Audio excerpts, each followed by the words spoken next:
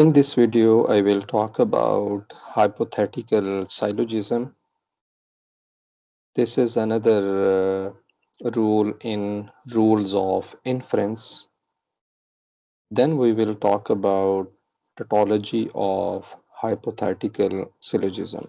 First, we will talk about symbolic way to write the hypothetical syllogism. Then I discuss tautology.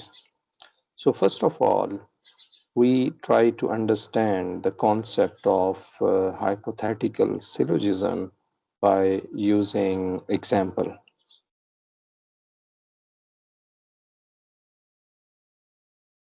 Example 1. This is a very easy concept. You will understand it very easily. Premise 1 is if you study hard, if you study hard,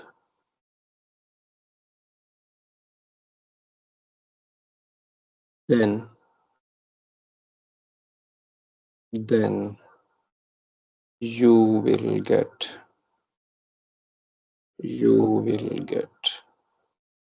good grades. This is premise 1.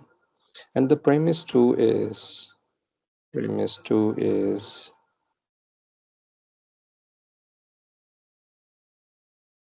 if you get good grades, if you get good grades,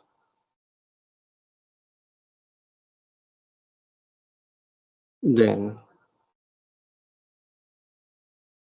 you will get into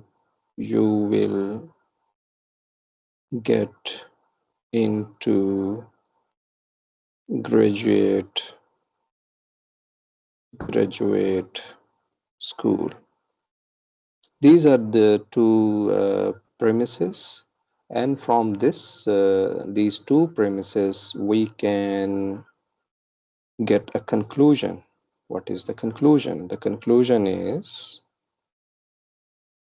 what do you suggest? What is the conclusion over here? The conclusion is very simple over here. Here we have a statement which says that if you study hard, then you will get a good grades. Then if you get good grades, then you will get into graduate school. So this is related to the final statement. So we can write this as if, therefore, the conclusion is, therefore, if you study hard,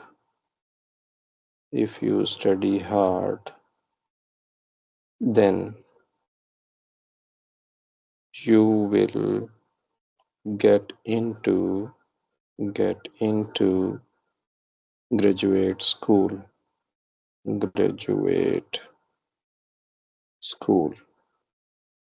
Okay, so that's how the hypothetical syllogism work. Let me just give you another example on this topic. Example number 2. Suppose the premise 1 is if the server is overloaded,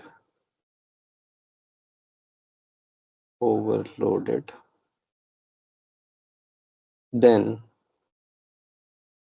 response time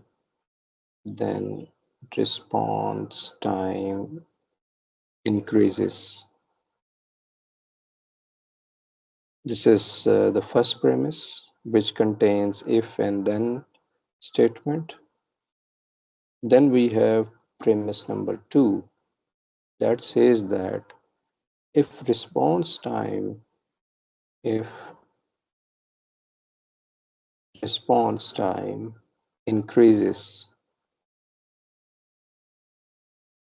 increases, then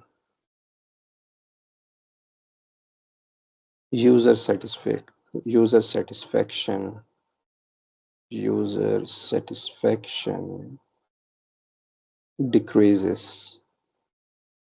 So you can easily find the conclusion from these two premises, and the conclusion is therefore therefore if the server is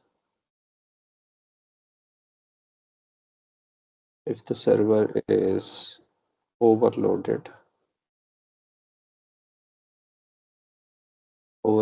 then user satisfaction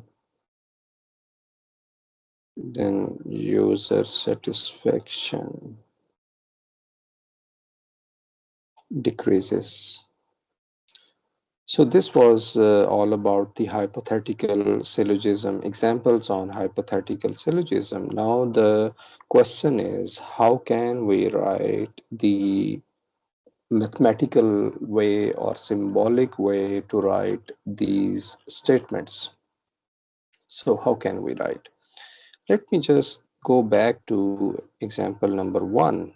Here you can see that we have one proposition, one statement which we call it P.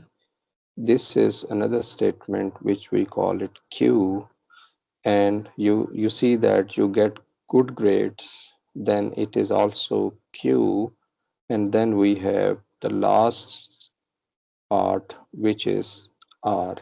So it means that we have P implies Q.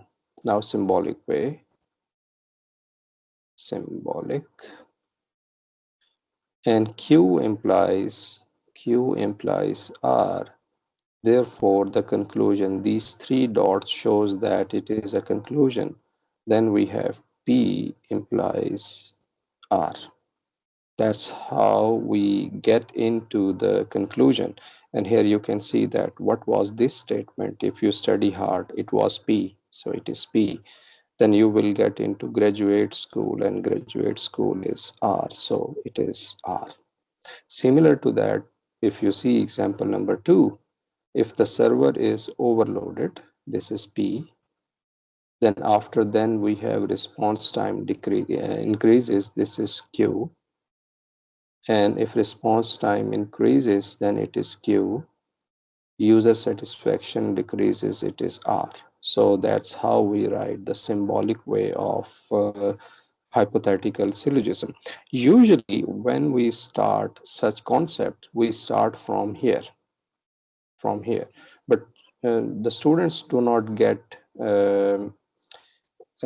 grasps into these concepts by looking at the symbolic way. So what I did, I started with the example, so you understand the example first, then you can write the symbolic way. This is actually the good way to make this concept easily understandable. Now the only thing is left over here is the tautology. Tautology, as I already explained in previous videos as well, it is a statement which is always true. So from here, we have two statements that we need to combine before get into the conclusion. We have two statements. These two statements, we have to combine these. So we have to put and over here, and we can write P implies Q, and then we write and Q implies R. These two statements are true. What is the conclusion from this? We have P implies R. Okay, so that's how we write the tautology. And you probably you have noticed the thing over here, and in all the other inferences as well, that we write tautology in terms of conditional statement. It is if then statement. So it is if, then after then we have this correct statement. Thank you for watching.